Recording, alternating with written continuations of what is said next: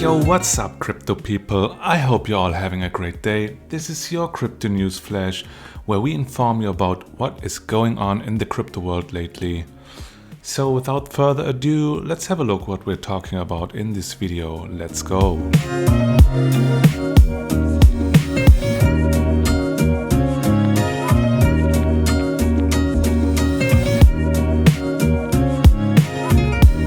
So what's up with the market? Let's have a look before we start.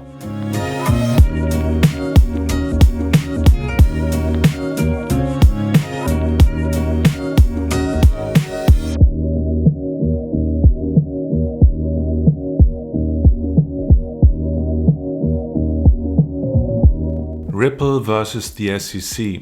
So in December 2020, the SEC filed action against Ripple and two of its executives, Christian Larson and Bradley Garlinghouse. The SEC accuses Ripple of trading $1.3 billion worth of the cryptocurrency XRP as an unregistered security. So it's probably one of the biggest lawsuits in the crypto space so far, and it's still ongoing. However, Ripple can claim now another victory in its fight against the SEC.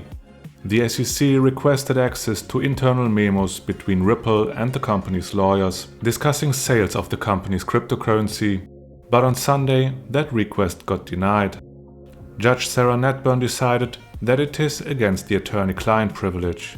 The information the SEC seeks falls under this privilege and therefore the request would not be granted. Ripple asserts that the SEC's requested communications are protected by the attorney-client privilege, which has not been waived. So Judge Netburn denied the SEC's access to Ripple's legal communication, and that is not the only time she has ruled in favor of Ripple. Just in April, she also denied access to Ripple's finances, reasoning that the records were not relevant or proportional to the needs of the case.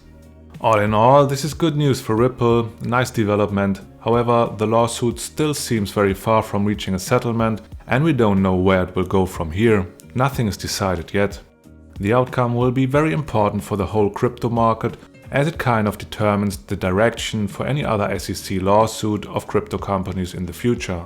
In addition to that news, Ripple has said several times in the past week that the company might go public through an IPO in the future. That would be a unique play in the cryptocurrency space. However, the company has not filed a registration statement or anything yet. They will only pursue it when the SEC lawsuit is over.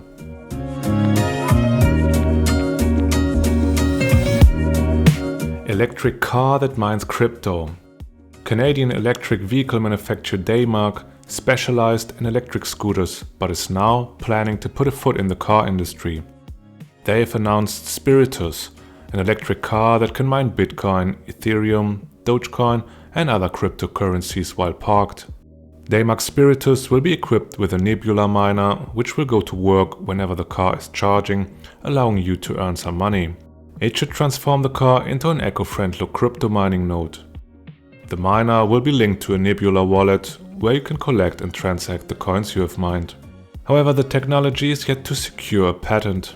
The Daymak Spiritus is a three-wheeled vehicle with 2 seats and a very futuristic look. You can charge it by plug or wireless, and it even has solar charging for non-mechanical systems. The range differs between 180 and 300 miles depending on the model. Prices range from around $20,000 to $149,000 USD.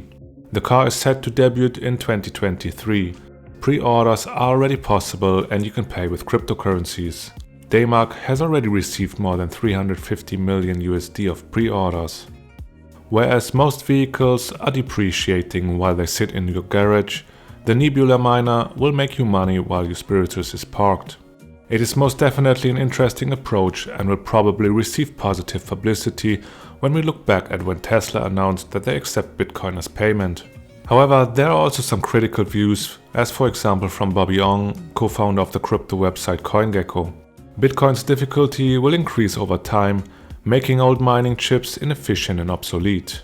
So basically, a car will last for a long period of time, so that the mining chip will become outdated and inefficient as the equation for mining become more difficult.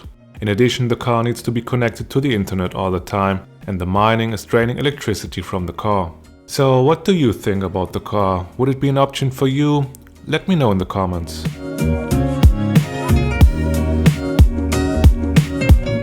Dogecoin's Coinbase listing. A lot of people were excited when US crypto exchange Coinbase announced their Dogecoin listing at the beginning of June. The announcement and another tweet of Elon Musk started a 42% rally, which drove the price to around 44 cents. Then 3 days later, Coinbase launched Dogecoin trading and the price started to fall with a double-digit correction of around 15%. Not everybody is hyped about Doge. There are also some critical views of the meme coin. For example, Grayscale CEO Barry Silbert. He's still excited what Dogecoin might become in the future, but he has also a more critical view on the currency. On Twitter he said, "It certainly is not going away and has one of the most passionate communities. But it is not worth 37 billion USD, sorry." Silbert thinks that Dogecoin is overvalued and that getting close to $1 is a clear sign of a bubble. In his opinion, a market cap of under $1 billion is appropriate as it offers too little utility to have such a high market capitalization.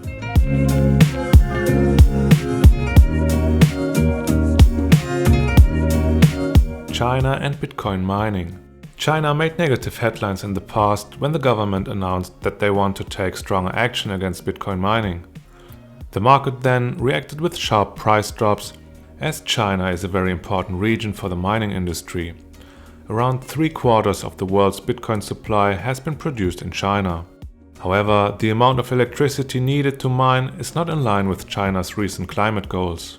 The Bitcoin industry is alone ranking among China's top 10 biggest power users. Nevertheless, China is now reconsidering its role in Bitcoin mining, and there are signs of easing. The mining business is just too lucrative. Apparently, a conglomerate of government, mining and energy industry representatives is planning to create regulatory standards for the Bitcoin industry in China. On June 2nd, there was a meeting between these representatives. The topic was the regulation of electricity for Bitcoin mining. A general ban of mining seems to be off the table. It's more of a question of where the energy comes from. China wants to ban dirty coal miners but permit mining with energy from renewables. There are, for example, water-rich regions in China which produce a lot of electricity. The electricity is so cheap in these regions because there are just too few consumers. Without mining, the electricity would simply not be used. So mining could become more expensive in China in the future as the government wants to probably benefit as well, maybe with higher taxes on mining revenues. But overall, the meeting sends positive signals that miners do have a future in China.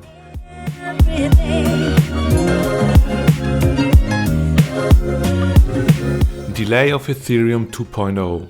There are already several years of research and development for Ethereum 2.0, and it will keep on for some more, according to Vitalik Buterin, co-founder of Ethereum. Ethereum 2.0 is the transition from the proof-of-work consensus model to proof-of-stake as a replacement, which will allow for a much higher transaction throughput, as well as significantly reduced transaction costs. During a conference, he lowered expectation for the release date of Ethereum 2.0. It could still be a few years before the final transition. Vitalik mentions two disruptive factors for the work on Ethereum 2.0, which weren't technical problems. One of the biggest problems I found with our project is not the technical problems, it's problems related with people. He said that they worked really hard in the past years to be in the successful position they are right now, but that they also had a lot of internal team conflicts. In addition, Ethereum has now become a victim of its own success, he said. As the most important smart contract node, the network has grown rapidly in recent months. The transition to proof of stake is like an open heart surgery.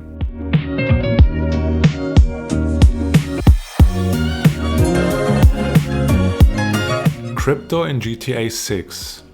A lot of gamers are waiting for Grand Theft Auto 6. Now it is already more than 7 years after the release of GTA 5, one of the best-selling games worldwide. But a release date or even details of the location have not been published yet. Rumors suggest that GTA 6 could be released in 2023 at the earliest. Fans of the series usually have to make do with unconfirmed leaks for new information. One of the latest leaks comes from Tom Henderson, who's known for his Battlefield leaks.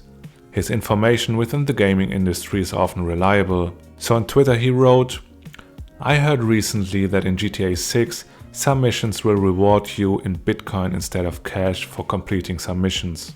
Henderson talks here about in-game payments, and he clarifies that he doesn't mean Bitcoin in particular, but definitely a cryptocurrency. In addition, he mentions that the stock market feature will return with a broker for different cryptocurrencies.